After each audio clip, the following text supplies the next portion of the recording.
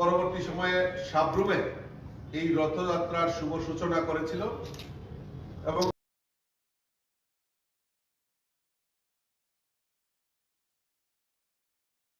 সেখানে উনার উপস্থিতিতে গতকালকে 12ই জানুয়ারি তার যে স্বামী বিবেকানন্দের শুভ জন্মদিন আমরা যুবা দিবস হিসাবে এই 12ই জানুয়ারিকে আমরা উদযাপন করি। এই 12 জানুয়ারিতে আমাদের এই রথযাত্রার জনবিশ্বাস যাত্রার সমাপ্তি ঘটে, আর সেখানে উপস্থিত ছিলেন আমাদের সর্বভারতীয় সভাপতি আদরণীয় জেপি নাড্ডাজি। উনিও সভাকে সম্বোধিত করেন এবং নিজেও উনি আগরতলার প্রায় 1 কিলোমিটারের পথ উনিও সেই জনবিশ্বাস যাত্রার রথে উনি এই রথে উঠে এই রথের সঙ্গে উনি আমাদের যে উমাকান্ত ময়দান সেখানে উনি পাবলিক র্যালিকে সম্বোধিত করবেন। এই জনবিশ্বাস যাত্রায় আপনাদেরকে ডাকার উদ্দেশ্য একটাই যে বিগত এই 8 ময়দান সেখানে এই জনবিশ্বাস যাত্রা পাবলিক র্যালিকে সম্বোধিত করে এই জনবিশ্বাস যাত্রায় আপনাদেরকে ডাকার উদ্দেশ্য একটাই যে বিগত এই 8 দিন ধরে আমাদের এই জনবিশ্বাস যাত্রা যে আমাদের সারা ত্রিপুরা রাজ্যের প্রায় 60টি বিধানসভায় প্রায় 1600 কিলোমিটার পথ অতিক্রান্ত করেছে। তার জন্য আমি যারা আমার কার্যকর্তারা যারা অক্লান্ত পরিশ্রম করেছেন তাদেরকে আমি ধন্যবাদ জানাচ্ছি এবং আমাদের যারা ইনচার্জ ছিল তাদেরকেও আমি ধন্যবাদ জানাচ্ছি। আর বিশেষ করে আমার সাংবাদিক বন্ধুরা যারা আমাদের এই রথযাত্রাকে মানুষের সামনে জনসমক্ষে তুলে ধরার জন্য আপনারা যেভাবে আমাদের সহযোগিতা করেছেন, আমি আবারও আপনাদেরকে বিশেষভাবে অভিনন্দন এবং শুভেচ্ছা জানাচ্ছি। আমাদের লক্ষ্যমাত্রা ছিল প্রায় 10 লক্ষ যারা মানুষকে এই জনবিশ্বাস যাত্রার মাধ্যমে আমাদের মানুষের সঙ্গে এই জনবিশ্বাস যাত্রার কানেক্টিভিটি হয়েছে। আমরা যারা এই জনবিশ্বাস যাত্রা কিন্তু পরবর্তী সময়ে আমি অভিনন্দন এবং শুভেচ্ছা জানাচ্ছি। গতকালকের এই আমাদের যে সমাপ্তি হয় এই সমাপ্তি অনুষ্ঠানে আমাদের সর্বভারতীয় সভাপতি আমাদের মধ্যে উপস্থিত ছিলেন, সেটা আমি প্রথমে বলেছি। কিন্তু এই সভাকেও সাফল্যমণ্ডিত করার জন্য আমাদের সমস্ত মোর্চার কার্যকর্তা, আমাদের ভারতীয় জনতা পার্টির সকল স্তরের কার্যকর্তা, তাদেরকেও আমি ধন্যবাদ জানাচ্ছি আপনাদের মাধ্যমে গতকালকের এই সভা সাফল্যমণ্ডিত করার জন্য।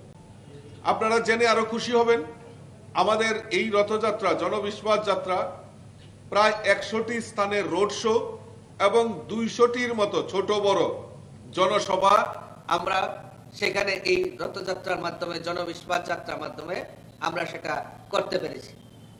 এই জনবিশ্বাস যাত্রার যে প্রায় 200টির মতো যারা এই সভা হয়েছে সেখানে আমাদের রাজ্যের মুখ্যমন্ত্রী, উপমুখ্যমন্ত্রী, রাজ্যের মুখ্যমন্ত্রী শ্রী ডক্টর মানিক সাহা মহোদয়, উপমুখ্যমন্ত্রী জিষ্ণু দেব বর্মা, আমাদের রাজ্যসভার যিনি সাংসদ প্রাক্তন মুখ্যমন্ত্রী বিপ্লব কুমার দেব, কেন্দ্রীয় মন্ত্রী সুশ্রী প্রতিমা ভৌমিক এবং রাজ্যের প্রত্যেকটি যিনি আমাদের রাজ্যসভার আমাদের রাজ্য মন্ত্রিসভার যারা সদস্যরা রয়েছেন প্রত্যেকে, শান্তনা চাকমা থেকে শুরু করে আমাদের প্রণজিৎ সিংহ রায়, সুশান্ত চৌধুরী, রতনলাল নাথ, ভগবান দাস, সবাই মিলে আমাদের এই রথের যে অনুষ্ঠান এবং রথকে সাফল্যমণ্ডিত করার জন্য সকল মন্ত্রীরা সেখানে অংশগ্রহণ করেন।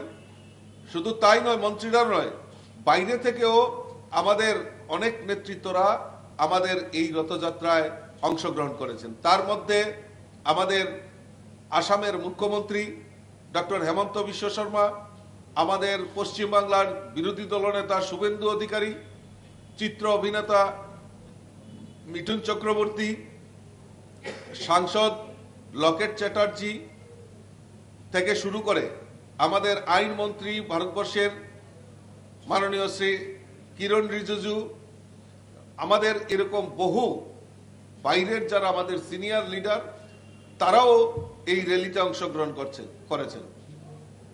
পাশাপাশি আমাদের রাজ্যে যিনি আমাদের সাংসদ রেবতী ত্রিপুরা, আমাদের প্রভারী ডক্টর মহেশ শর্মাজি, আমাদের চুনাও প্রভারী ডক্টর মহেন্দ্র সিং, সম্বিত পাত্রাজি এবং আমাদের ভারতীয় জনতা পার্টির বিভিন্ন স্তরের কার্যকর্তা, নেতৃত্ব, জেনারেল সেক্রেটারি, ভাইস প্রেসিডেন্ট এবং আমার এই দেবদুর্লভ কার্যকর্তারাও এই রথকে কেন্দ্র করে তারা এই গত 8 দিন যে অক্লান্ত পরিশ্রম করেছেন, আমি সকলকে আন্তরিকভাবে অভিনন্দন এবং শুভেচ্ছা জানাচ্ছি।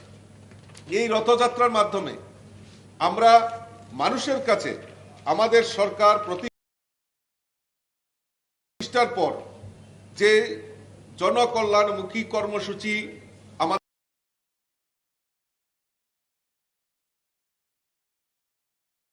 সরকার গৃহীত করেছেন, সেইগুলি জনসমক্ষে তুলে ধরা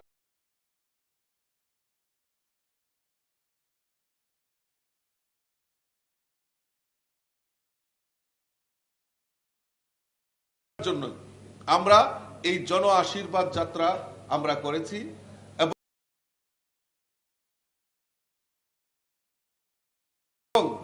আমাদের কাছে এখন পর্যন্ত আমাদের কাছে যতটুকু খবর রয়েছে হাত তুলে আশীর্বাদ করছে। আমি আবারও আপনাদের মাধ্যমে এই রথকে কেন্দ্র করে মানুষের মধ্যে একটা ব্যাপক সাড়া পরিলক্ষিত হয়েছে, যার নিরিখে দাঁড়িয়ে আমরা বলতে পারি 2023-এ ভারতীয় জনতা পার্টির সরকার আমাদের ত্রিপুরা রাজ্যে পুনঃপ্রতিষ্ঠা হবে। কার্যকর্তা, জেলা স্তরের কার্যকর্তা, রাজ্য স্তরের কার্যকর্তা যারা অংশগ্রহণ করেছেন, আমি তাদেরকে পুনরায় আবারও আন্তরিকভাবে অভিনন্দন জানাচ্ছি, শুভেচ্ছা জানাচ্ছি। যারা আমাদের এই রথকে উপভোগ করার জন্য আমাদের মধ্যে সামিল হয়েছেন তাদেরকেও ধন্যবাদ জানাচ্ছি, আর বিশেষ করে সাংবাদিক বন্ধুদেরকেও আমি পুনরায় আন্তরিকভাবে অভিনন্দন এবং শুভেচ্ছা জানাচ্ছি। নমস্কার।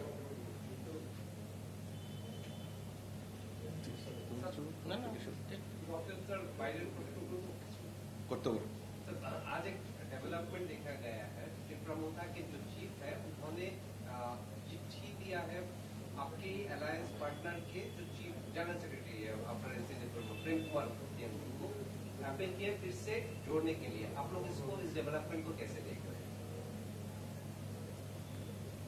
देखिए, चुनाव नजदीक है और भाजपा त्रिपुरा में इतना मजबूत है, 2023 तो सरकार भाजपा के बनेगा और हमारा जो दरवाजा है, हमारा जो ओपिनियन है, हम लोग अलायंस तो पहले ही है और भी जुड़ना चाहते हैं और भी जुड़ना चाहे कोई किसी दल, तो हम लोग इसमें स्वागत करते हैं।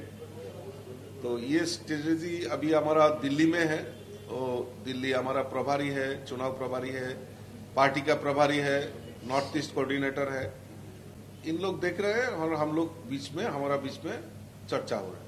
मोता के साथ चर्चा हुआ है?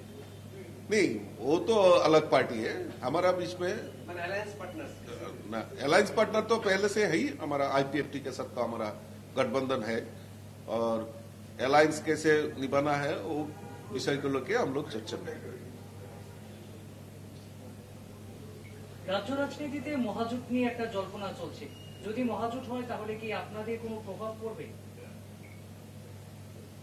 মহাজোট বলতে কোনটা বোঝাচ্ছেন?